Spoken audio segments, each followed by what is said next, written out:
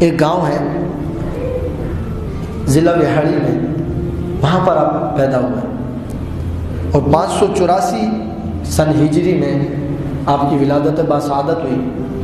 تو آپ پیدا ہوئے بچپن میں ہی آپ کے والد صاحب کا انتقال ہو گیا، کیونکہ والدہ نے بڑی محنت کے ساتھ مشقت کے ساتھ آپ کی تربیت کی اور آپ کو تعلیم دین دلوائی۔ جب آپ کوتوال میں علم دین حاصل کر رہے تھے تو وہاں پر ایک مشہور بزرگ تشریف لائے، بابا جلال الدین تبریزی رحمۃ اللہ تعالیٰ نے۔ بابا فرید رحمۃ اللہ تعالیٰ نے تھوڑے سے بڑے ہو گئے تھے، اس وقت تھوڑے سے بڑے ہو گئے تھے عمر میں، یعنی جوانی پر آ گئے تھے۔ علم دین میں مگن رہتے تھے اور آپ کی ایک صفت تھی کہ آپ چھپ کر عبادت کرتے تھے، شور و شغل اور مشہوریت آپ کو پسند نہیں تھی، بھاگ جاتے تھے وہاں سے، آپ چلے جاتے تھے جہاں لوگوں میں مشہورت ہو جاتی تھی کہ یہ بڑے نیک آدمی، وہاں سے آپ چلے جاتے تھے، چھپ کر عبادت اللہ کو زیادہ محبوب۔ حضور نے بھی جب تعلیم اور تربیت فرمائی اپنے لوگوں کی تو کیا فرمایا ہے؟ میرے امتیوں، سلام کو عام کرو، کھانا کھلاؤ، صلہ رحمی کرو، اور جب سب سو رہے ہو اس وقت اٹھ کر سجدے ادا کرو۔ تو بابا فرید کی ایک صفت یہ تھی کہ آپ چھپ کر عبادت کرنا پسند فرماتے۔ تو بابا جلال الدین تبریزی رحمۃ اللہ تعالیٰ علیہ نے پوچھا کہ اس قصبے میں کوئی اللہ کا بندہ رہتا ہے؟ وہاں ہے نا آپ کا، وہاں سے گزر ہوا جلال الدین تبریزی رحمۃ اللہ تعالیٰ علیہ۔ تو آپ نے لوگوں سے پوچھا کہ یہاں کوئی اللہ کا نیک بندہ بھی رہتا ہے؟ کیونکہ جو اللہ والے ہوتے ہیں نا، یہ اللہ والوں سے ملتے رہتے ہیں، ملاقات کرتے رہتے ہیں، ان کی صحبت اللہ والوں سے ہی ہوتی ہے۔ صحبت صالح ترا صالح کنا، جو نیک ہوتے ہیں وہ نیک کو ڈھونڈتے ہیں، جو بد ہوتے ہیں وہ بدوں کو ڈھونڈتے ہیں، تو اپنے آپ کو نیکوں کے ساتھ رکھیں۔ تو انہوں نے پوچھا بابا جلال الدین تبریزی رحمۃ اللہ تعالیٰ علیہ نے کہ کوئی اللہ کا نیک بندہ رہتا ہے یہاں پر؟ ان کو بتایا اور تو کوئی نہیں، ایک نوجوان ہے، آپ کا اصلی نام جو تھا نا وہ مسعود تھا۔ کیا نام تھا؟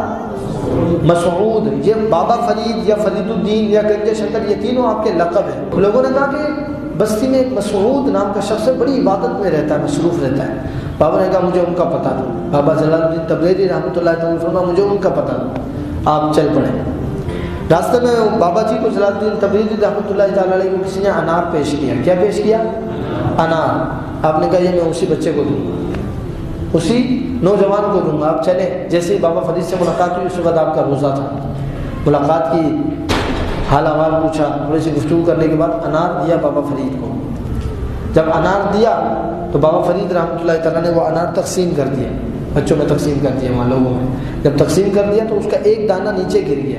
آپ نے وہ اٹھا کر اپنی جیب میں رکھ لیا۔ جب افطاری کا وقت ہوا تو آپ نے اس ایک دانے سے روزے کو افطار کیا۔ آپ کی تاریخ میں لکھا ہے کہ وہ دانہ آپ کے بطن مبارک میں، پیٹ میں جانا تھا، آپ کی دنیا ہی ایسا لگ رہا تھا جسے بدل گئی۔ اس ایک دانے نے سارا کمال کر دیا۔ لیکن میں جہاں آپ کو بات عرض کر رہا ہوں کہ قناعت دیکھیں، اللہ والوں کا انداز دیکھیں۔ میں نے اب شروع میں کہا تھا ان کی نظر میں دنیا کا ساز و سامان، دنیا کا مال و متاع کوئی اہمیت نہیں رکھتا، کوئی اہمیت نہیں رکھتا۔ ان کی نظر میں صرف اللہ کی رضا ہوتی ہے، اولیاء اللہ کی نظر میں صرف اللہ کی رضا ہوتی ہے۔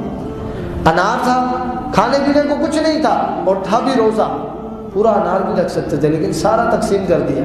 وہ تو ایک دانہ گر گیا نا نیچے، اور ہم سے تو ایک نہیں 10 دانے بھی گر جائیں، بولتے گندا ہو گیا چھوڑ دو، ایسے کہتے ہیں نا۔ یہ نیچے گرا ہوا چھوڑ دینا نہ نبی کی سیرت میں کہیں پڑھا ہے میں نے، نہ اولیاء کی سیرت میں پڑھا ہے۔ تو بابا فرید رحمۃ اللہ تعالیٰ کی سیرت دیکھے، زندگی کیسے بدلی، سارا انار اللہ کی راہ میں دے دیا، سارا دے دیا۔ بابا شام کو روزہ افطار کرنا ہے، بندہ اپنے لیے رکھ لیتا ہے اور اپنا ناجائز نہیں ہے، لیکن یہ اللہ والے ہیں نا، انہیں دنیا میں راج کرنا ہے۔ آج دنیا میں نعرہ لگ رہا ہے، حق فرید، بابا فرید کا نعرہ دنیا میں لگ رہا ہے۔